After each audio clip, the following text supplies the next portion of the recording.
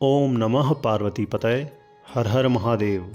मित्रों, आज हम शिव पुराण की विद्येश्वर संहिता के 9वें अध्याय का अध्ययन करेंगे, जिसमें लिंग पूजन का महत्व बताया गया है।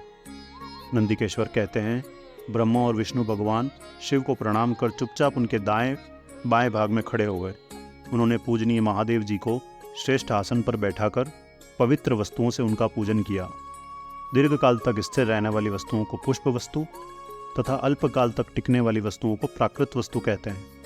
हार, नुपुर, कीयूर, किरीट, मणिमय कुंडल, यज्ञोपवीत, उत्तरीय वस्त्र, पुष्पमाला, रेशमी वस्त्र, हार, मुद्रिका, पुष्प, तांबुल, कपूर, चंदन एवं अगरू का अनुलेप, धूप, दीप, श्वेत छत्र, व्यंजन, ध्वजा, चंवर तथा अनेक दिव्य उपहारों द्वारा जिनका वैभव वाणी और मन की पहुँच से परे था, जो केवल परमात्मा के योग्य थे, उनसे ब्रह्मा और विष्णु ने अपने स्वामी महेश्वर का पूजन किया। इससे प्रसन्न होकर भगवान शिव ने दोनों देवताओं से मुस्कुराकर कहा, आज तुम्हारे द्वारा की गई पूजा से मैं बहुत प्रसन्न हूँ। इसी कारण यह दिन परम पवित्र और महान होगा। यह तिथि शिवरात्रि के नाम से प्रसिद्ध होगी और मुझे परम प्रिय होगी। इस दिन जो मनुष्य मेरे लिंग अर्थात निराकार रूप की या मेरी मूर्ति अर्थात साकार रूप की दिन रात निराहार रहकर अपनी शक्ति के अनुसार निश्चल भाव से यथोचित पूजा करेगा, वह मेरा परम प्रिय भक्त होगा। पूरे वर्ष भर निरंतर मेरी पूजा करने पर जो फल मिलता है, वह फल शिवरात्रि को मेरा पूजन करके मनुष्य तत्काल प्राप्त कर लेता है।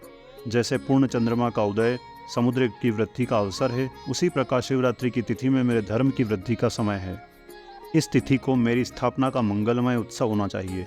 मैं मार्गशीर्ष मास में आद्रा नक्षत्र से युक्त पूर्णमासी या प्रतिपदा को ज्योतिर्मय स्तंभ के रूप में प्रकट हुआ था। इस दिन जो भी मनुष्य पार्वती सहित मेरा दर्शन करता है अथवा मेरी मूर्ति या लिंग की झांकी निकालता है, वह मेरे लिए कार्तिकेय से भी अधिक प्रिय है। इस शुभ दिन मेरे दर्शन मात्र से पूरा फल प्राप्त होता है। यदि दर्शन के साथ मेरा पूजन भी किया जाए तो इतना अधिक फल प्राप्त होता है कि वाणी द्वारा उसका वर्णन नहीं किया जा सकता। लिंग रूप में प्रकट होकर मैं बहुत बड़ा हो गया था, अतः लिंग के कारण यह भूतल लिंग स्थान के नाम से प्रसिद्ध हुआ। जगत के लोग इसका दर्शन और पूजन कर सकें, इसके लिए यह अनादि और अनंत ज्योति स्तंभ अथवा ज्योतिर्मय लिंग अत्यंत छोटा हो जाएगा। यह लिंग सब प्रकार के भोग सुलभ कराने वाला तथा भोग और मोक्ष का एकमात्र साधन है।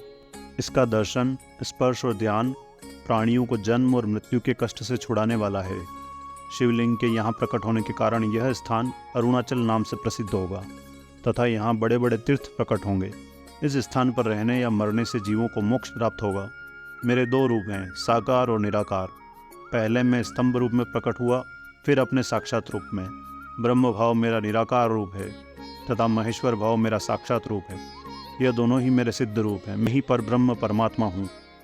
जीवों पर अनुग्रह करना मेरा कार्य है। मैं जगत की वृद्धि करने वाला होने के कारण ब्रह्म कहलाता हूँ। सर्वत्र स्थित होने के कारण मैं ही सबकी आत्मा हूँ। सर्ग से लेकर अनुग्रह तक जो जगत संबंधी 5 कृत्य हैं, वे सदा ही मेरे हैं। मेरी ब्रह्म रूपता का बोध कराने के लिए पहले लिंग प्रकट हुआ, फिर अज्ञात ईश्वरत्व का साक्षात्कार कराने के लिए मैं जगदीश्वर रूप में प्रकट हो गया। मेरा सकल रूप मेरे ईशत्व का और निष्कल रूप मेरे ब्रह्म स्वरूप का बोध कराता है। मेरा लिंग मेरा स्वरूप है और मेरे सामीप्य की प्राप्ति कराने वाला है। मेरे लिंग की स्थापना करने वाले मेरे उपासक को मेरी समानता की प्राप्ति हो जाती है तथा मेरे साथ एकत्व का अनुभव करता हुआ संसार सागर से मुक्त हो जाता है। वह जीते जी परमानंद की अनुभूति करता हुआ शरीर का त्याग कर शिवलोक को प्राप्त होता है, अर्थात मेरा ही स्वरूप हो जाता है।